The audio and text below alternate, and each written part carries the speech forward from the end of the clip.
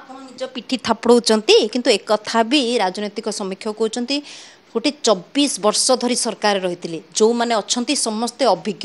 ଭାରତୀୟ ଜନତା ପାର୍ଟିରେ ତ ନୂଆ ନୂଆ କରି ବିଧାୟକ ନୂଆ କରି ହେଇଛନ୍ତି ମନ୍ତ୍ରୀ ହେଇଛନ୍ତି କିନ୍ତୁ ଏତେ କଥା ଜାଣି ଶୁଣିବା ଦଳଟିଏ ଯେଉଁ ଢଙ୍ଗରେ ସରକାରଙ୍କୁ ଘେରିବା କଥା ଘେରି ପାରିଲାନି। ଯଦି ସରକାର କାମ କରିପାରୁନାହାନ୍ତି ମୁଖ୍ୟ ବିରୋଧୀ ଦଳ ତାର ଭୂମିକା ଅବଲମ୍ବନ କରିପାରୁନି। ମୁଁ ଆପଣଙ୍କୁ ଧନ୍ୟବାଦ ଦେଉଛି, କୃତଜ୍ଞତା ଜଣାଉଛି।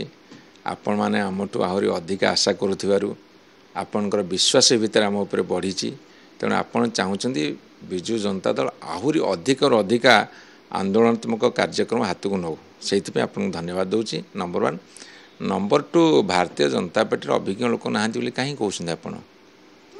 2000 ମସିହାରୁ 2009 ମସିହା ପର୍ଯ୍ୟନ୍ତ ସେମାନେ ଆମର ଆଲିଆନ୍ସ ପାର୍ଟନର ଥିଲେ, ଆମ ସାଥିରେ ମିଶିକି ସରକାର ଗଢ଼ିଥିଲେ ଏବଂ ତାଙ୍କର ଦଳ ମଧ୍ୟ କେନ୍ଦ୍ରରେ 1997-98 ମସିହାରୁ 2004 ପର୍ଯ୍ୟନ୍ତ ଶାସନ କରିସାରିଥିଲା ଏବଂ 2014ରୁ ବର୍ତ୍ତମାନ ସୁଦ୍ଧା କେନ୍ଦ୍ରରେ ସରକାର ଅଛନ୍ତି।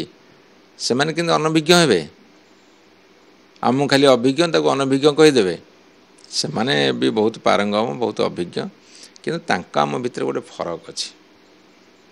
ସେମାନେ କଥାଟାକୁ ଏତେ ସୁନ୍ଦର ଭାବରେ କହିବେ, ଯେଉଁ ବାନ୍ଧି ଜାଣିଲେ ମଥା ସୁନ୍ଦର, କହି ଜାଣିଲେ କଥା ସୁନ୍ଦର, ଏବଂ ତାଙ୍କର କଥା ସୁନ୍ଦର ଏବଂ ସେମାନେ ହୁନ୍ଦରିଆ ଲୋକ, ବିଭିନ୍ନ ପ୍ରକାର ହୁନ୍ଦର ସୁନ୍ଦରରେ ସେମାନେ ପାରଙ୍ଗମ।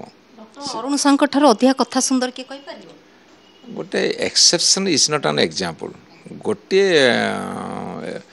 ଜଣକର ଏକ୍ଜାମ୍ପଲ୍ ଦେଇକି ଆପଣ ଟୋଟାଲଟାକୁ ହିସାବକୁ ନେଇପାରିବେନି।